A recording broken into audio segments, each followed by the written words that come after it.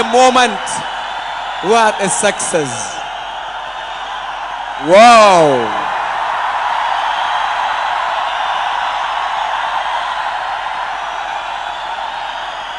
Adeems jijjiiramaa ummata Oromoo ummata Itoophiyaa milkaa'ee Oromoota bakka tokkotti walitti qabeetiin jira. Jawaar Mohammad anaa dhufu. Unbelievable moment in the history of our great nation Ethiopia. What a consensus. What a love of nation, our beloved brother of Ethiopian child. Our son, activist Jawaar Mohammad is with us. And of course, on top of all, we have our Deputy Prime Minister, His Excellency Damaka Mokonnen, and the President of our Oromia Regional State, His Excellency Ato Lamma Magarsa. I can see Jawaar is waving hands to the crowd. Wow, we can spot him over there.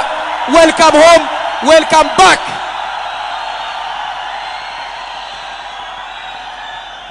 Ega sagantaa hundi jijjiirama irra biyyatti dhufeef wal biratti bakka adda addaa taa'ee gumaacha irra bakka tokkotti irratti arginu eebba Oromiyaa Media Network kanarratti turtii muraasa booda immoo itti aanaa ministeera muummee obbo Dammaqa Mokonnin nu gidduutti argamu.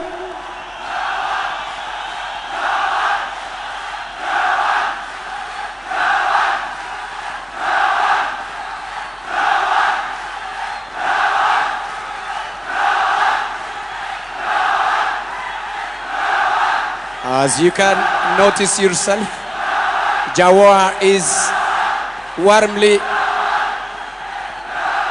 being received by his brothers and sisters back home here in Ethiopia. እጅግ የናፈቁት ወንድሞቹና እህቶቹ እንኳን ደህና መጣ እያሉት ነው። እናመሰግናለን።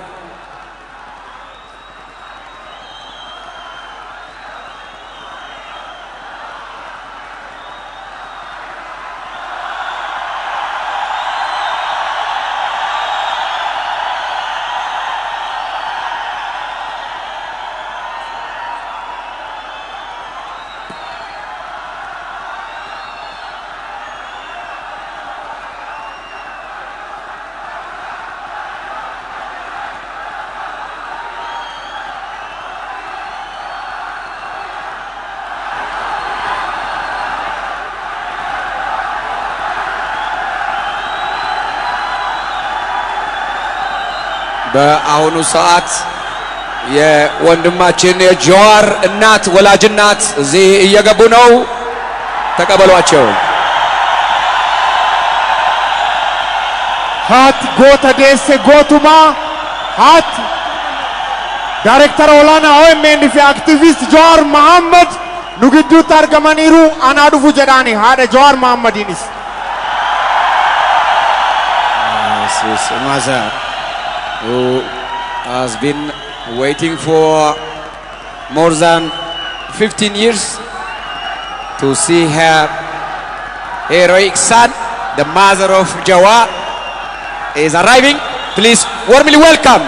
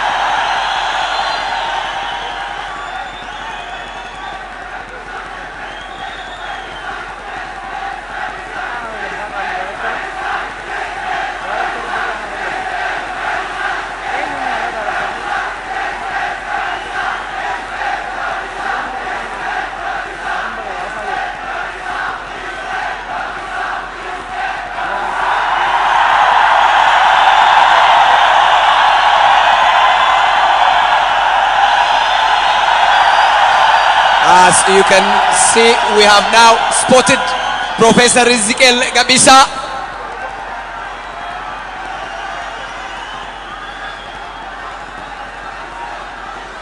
We hope all of the OMN team based back in Minnesota, the United States of America, is here with us today. Wow. Keessummoonni isteejii VIP irra jirtan iddoo keessan akka qabattan kabajaan ni gaafanna. Keessummoonni VIP irra jirtan iddoo keessan akka qabattan.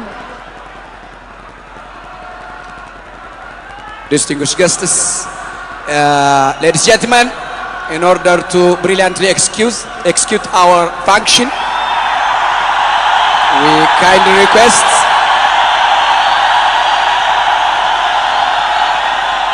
we are spotted now Mrs. Taiba Hassan, Deputy President of our Oromia Regional State. Back to my announcement. Our distinguished guests on the VIP stage, we kindly request you to resume your seats so that we can brilliantly execute our function shortly after the arrival of our Deputy Prime Minister.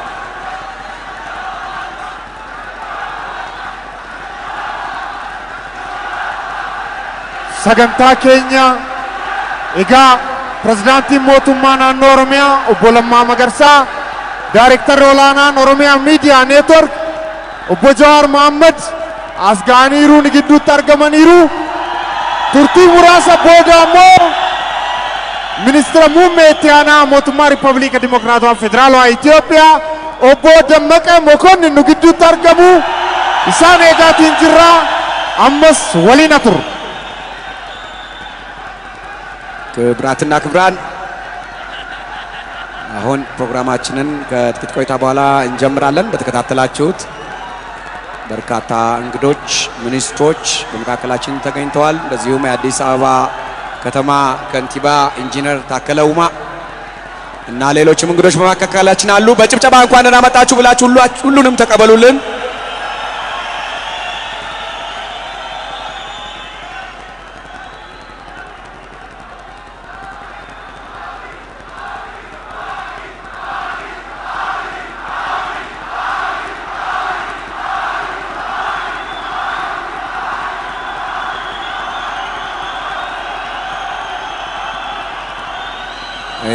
ቀደም ሲል ያየነው የማይታመን ምስል ነበረ ከጥቂት ጊዜ በፊት፣ ዛሬ ግን ሆኗል። ዋው! ሁላችንም በአንድነት ተደምረን በፍቅር በአንድነት በይቅርታ መንፈስ ወደፊት እንራመዳለን። ለዚህ ቀን ያበቀኑን በሙሉ እናመሰግናለን። ቄሮች እንኳን ደስ ያላችሁ።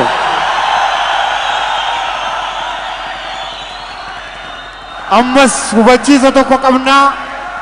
Naannoo VIP'tti namoonni gidduurra deddeemaa jirtan bakka keessan akka qabattan kabajaan isin afeerraa. Qeerroowwan guutuu Oromiyaarraa eebba Oromiyaan Miidiyaa Neetworkiif asitti argamtan isin immoo baay'ee bareedduu mee ofii keessanii al tokko jirtu baay'ee bareeddu. Ulfaadhaa, sagantaa keenya ni jalqabna.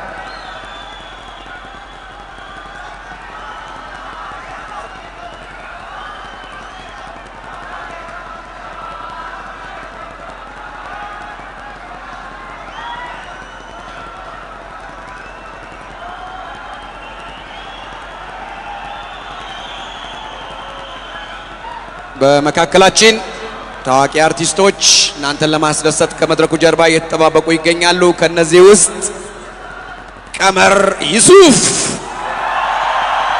ሃጫሉ ሁንዴሳ፣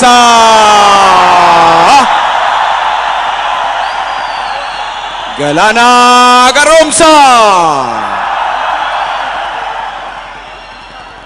ኢቲካ ተፈሪ and many more.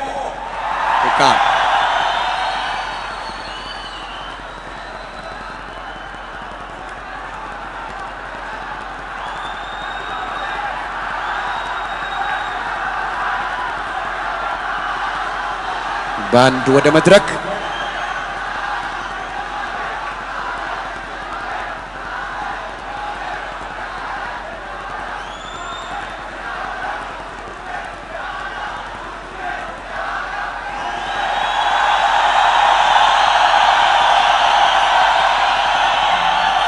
looking forward.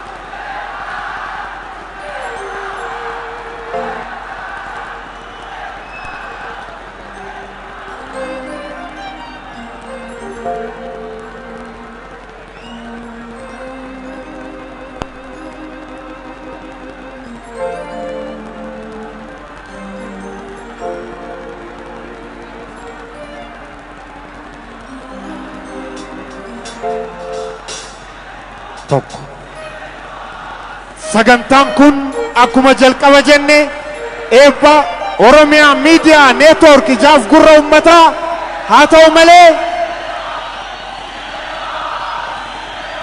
miidiyaan tokko miidiyaalee biyya keessaa birootti yoo makamu nuufis gammachuudha jechuudhaan Oromiyaa Broadcasting Network sagalee ummataa OBN ETV Fana Broadcasting Corporate Addis TV Walta TV fi LTV tamsaasa kallattiitiin dabarsu waan ta'eef mee jara kanaaf isin jaalanne jedhanii al tokko miidiyaan keessan waan ta'eef